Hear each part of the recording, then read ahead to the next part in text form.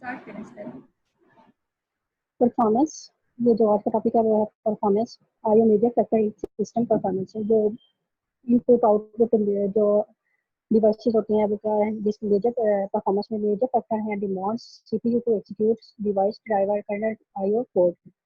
जो सीपीयू होता है वो एग्जीक्यूशन के लिए डिवाइस ड्राइवर आईओ कोड को की डिमांड करता है। Context switches due to interrupts, ये जो इसमें परफॉर्मेंस में होता है context switches due to interrupts की वजह से होता है। और ये अब कॉन्टेक्स्ट स्विचेस क्या होता है? कॉन्टेक्स्ट स्विचेस एक ऐसा प्रोसेस है जब हमारा सीपीयू एक प्रोसेस को छोड़कर दूसरे प्रोसेस की एग्जीक्यूशन शुरू कर देता है तो उसको कॉन्टेक्स्ट स्विचेस कहते हैं। जैसे कि सीपीयू है तो उसमें एक प्रोसेस ऑलरेडी चल रहा हो तो दूसरा कोई प्रोसेस उसको कोई और इंस्ट्रक्शन उसको दी जाए तो वो सब पहले प्रोसेस को छोड़ दे और उसी पहले प्रोसेस को उसको दूसरे प्रोसेस की एग्जीक्यूशन शुरू कर दे। और पहले प्रोसेस की जो एग्जीक्यूशन होगी उसको जो भी स्टेट होगी उसको सेव कर ले, तो उसको कहते हैं कॉन्टेक्स्ट स्विचेस। इसकी सबसे बेहतरीन मिसाल ये है कि जब आपका पीसी चल रहा हो तो उसमें आप क्या करें, यूएसबी करके फ्लैश लगा दें तो उसके ऊपर एक मैसेज शो होता है, पॉप पॉप का मैसेज हो जाता है।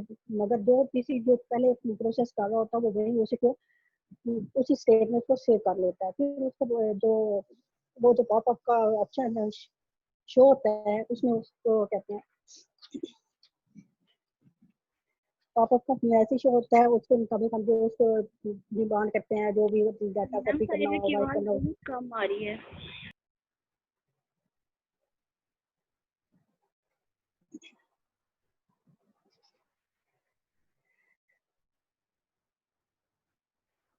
अब सही आ रही है?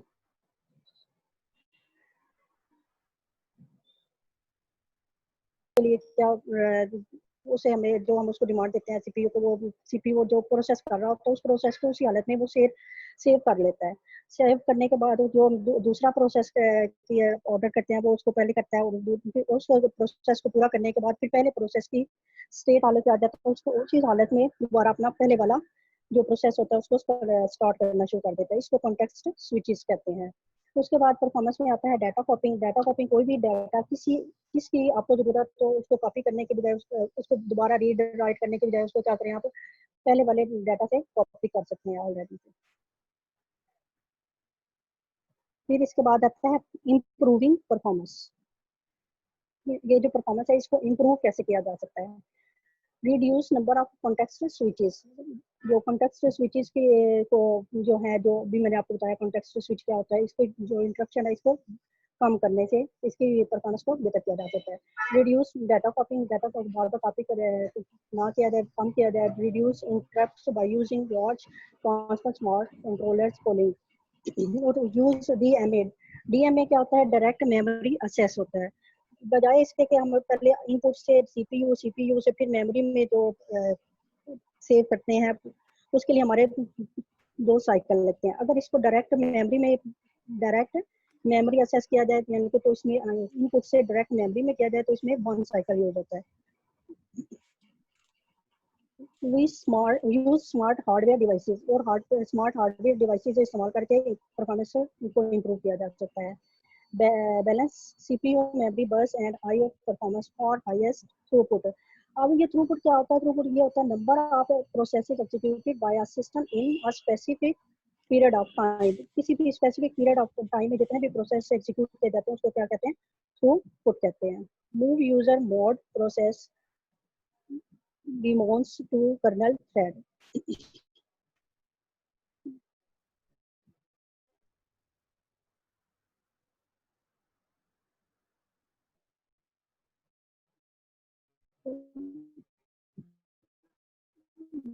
इससे किया जा सकता है, इस तरह से इम्प्रूव किया जा सकता है। इसके बाद आता है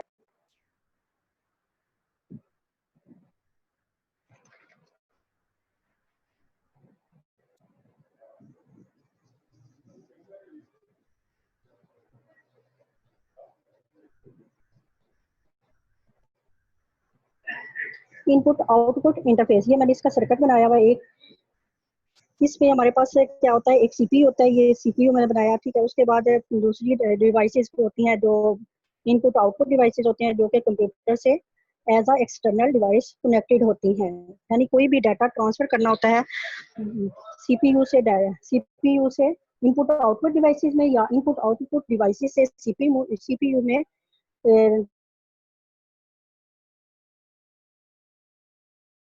इसको ट्रांसफर करना होता है। तो ये दोनों अलग अलग जो होती हैं वो अलग अलग तरीके से काम करती हैं। तो इन दोनों के ऑप्शन को आपस में मैनेज करने के लिए इंटरफेस इस्तेमाल करते हैं। ये देखें, ये मेरे सीपीयू का सर्किट बनाया, इसके आगे 3 बसेस बनी है, डाटा बस, एड्रेस बस और कंट्रोल बस।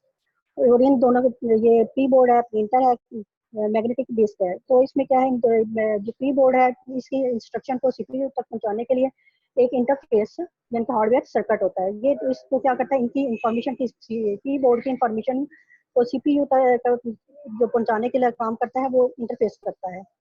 ये इंटरफेस इस्तेमाल हो रहा है। इसी तरह हर जो इनपुट आउटपुट डिवाइस होती है उसका अपना इंटरफेस होता है, क्योंकि हर इनपुट आउटपुट डिवाइस से का काम करने का अपना अपना तरीका होता है। जिससे जिस तरह कीबोर्ड काम करता है उस तरह के मॉनिटर नहीं कर सकता, सॉरी प्रिंटर नहीं करता। जिस तरह प्रिंटर करता है उस तरह से मैग्नेटिक डिस्क नहीं कर सकती है। इसी तरह से जब इनके काम करने का अपना अपना तरीका है तो इनके लिए क्या होगा, इनका अपना अपना इंटरफेस होगा, ताकि ये एक डिवाइस से दूसरे डिवाइस में इंटरप्शन ना कर सके।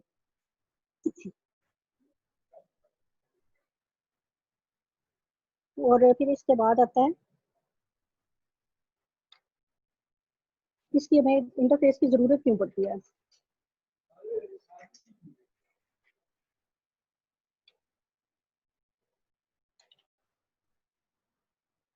जैसे हम जानते हैं कि सीपीयू और मेमोरी इलेक्ट्रॉनिक डिवाइसेस होती हैं, इस तरह इनपुट आउटपुट डिवाइसेस जो होती हैं इलेक्ट्रोमैकेनिकल डिवाइसेस होती हैं।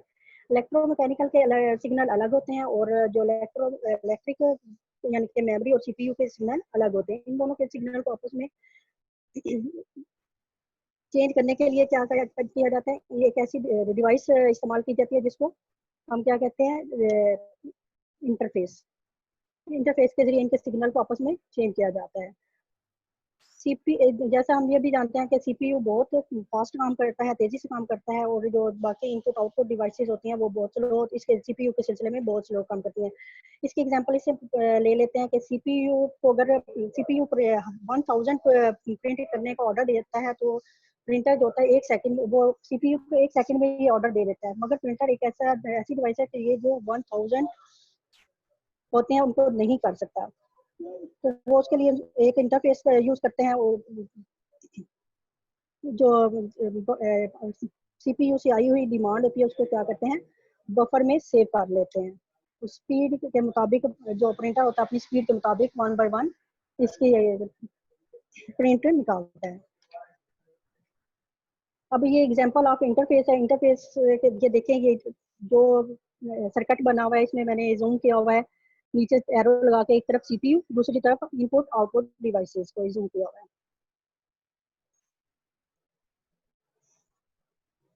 पहले पिछली जो पिक थी इसमें भी आपको मैंने वो इंटरफेस का ही दिखाया हुआ था। जो इंटरफेस आप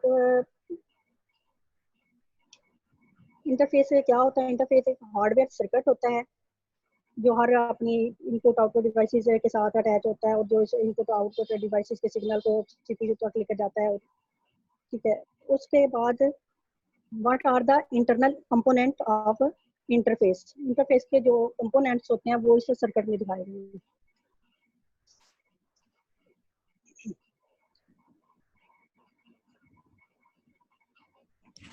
जो भी कम्युनिकेशन होता है वो सीपीयू से इनपुट आउटपुट के बीच होता है। चिप के अंदर क्या होता है ये पहले बताया था, 3 बसेस होती हैं, पीछे मैंने पिछली पिक में आपको दिखाया भी है। बस डाटा बस होती है, कंट्रोल बस होती है, एड्रेस बस होती है, 3 तरह की बसेस होती हैं। तो डाटा बस ये होती है कि ये बाई डायरेक्शनल होती है। ये ऊपर सर्किट में मैंने आपको सबसे ऊपर देखिएगा बाई डायरेक्शनल डाटा बस है। और इसके बाद इसका एक बफर होता है जो वो भी बाई डायरेक्शनल होता है। ये बाई डायरेक्शनल बस जो बन गई है अब, ये पोर्ट ए और पोर्ट बी रजिस्टर के साथ कनेक्टेड होती है।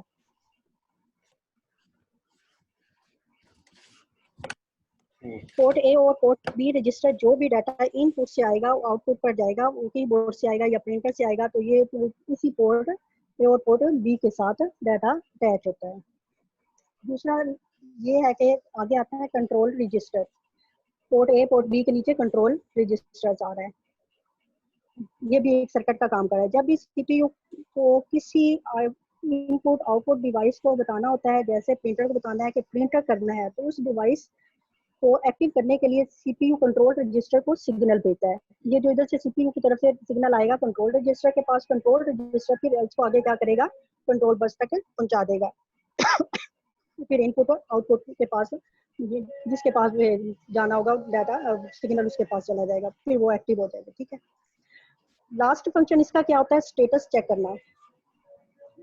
जब भी इनपुट आउटपुट डिवाइसेस पर कोई भी कमांड देनी होती है तो सबसे पहले स्टेटस चेक किया जाता है। फॉर एग्जांपल प्रिंटर को देनी है, कमांड देनी है कि इसको क्या करना है, एक प्रिंटर को कमांड देनी है कि 1000 या 4-5 जितने भी आप कह लें कि इतने प्रिंटर निकालने हैं, तो ये जो होगा स्टेटस वाला सबसे पहले चेक किया जाएगा। वो उसको जाके चेक करेगा, क्या करेगा कि प्रिंटर ऑन भी है या नहीं। अगर ऑन होगा तो फिर तो ठीक, अगर ऑफ होगा तो वो ये ऑप्शन वापस भेज देगा सीपीयू के प्रिंटर ऑफ है। मैम हो गया। रजिस्टर सेलेक्ट हो जाएगा। रजिस्टर सेलेक्ट करने के लिए होगा, अगर आप चिप पे आप लोग 0 करते हैं तो रजिस्टर 1 रजिस्टर 2 सेलेक्ट करें या ना करें, कोई फर्क नहीं पड़ता, कुछ भी कोई भी रजिस्टर सेलेक्ट नहीं होगा। अगर चिप 1 सेलेक्ट, चिप 1 कर देते हैं आप तो 0 करते हैं, रजिस्टर 1 0 करते हैं, रजिस्टर 2 0 करते हैं, तो पोर्ट ए रजिस्टर सेलेक्ट होगा। इसी तरह से चिप पे फिर 1 करेंगे और ये पोर्ट ए जो रजिस्टर पोर्ट ए ऊपर सबसे आ रहा है पहले सब ये सिलेक्ट होगा। फिर उसके बाद आप रजिस्टर 1 पे भी 0 करते हैं और रजिस्टर 2 पे 0 करते हैं तो पोर्ट 2 रजिस्टर सेलेक्ट होगा। उसके बाद अगर चिप पे आप चिप 1 ही सिलेक्ट करेंगे आप, और उसके बाद रजिस्टर 1 0 और रजिस्टर 2 1 कर देते हैं तो पोर्ट बी सिलेक्ट हो जाएगी। पोर्ट बी रजिस्टर जो है वो सिलेक्ट होगा। फिर इसी तरह से चिप 1 और रजिस्टर 1 और रजिस्टर 2 सिलेक्ट करें, रजिस्टर 2 को 0 सेलेक्ट करेंगे तो कंट्रोल रजिस्टर जो होगा वो सिलेक्ट होगा। उसके बाद फिर चिप 1 होगी, रजिस्टर 1 1 होगा और रजिस्टर 2 भी 1 होगा, तो ये लास्ट वाला जो स्टेटस रजिस्टर होगा वो सिलेक्ट होगा।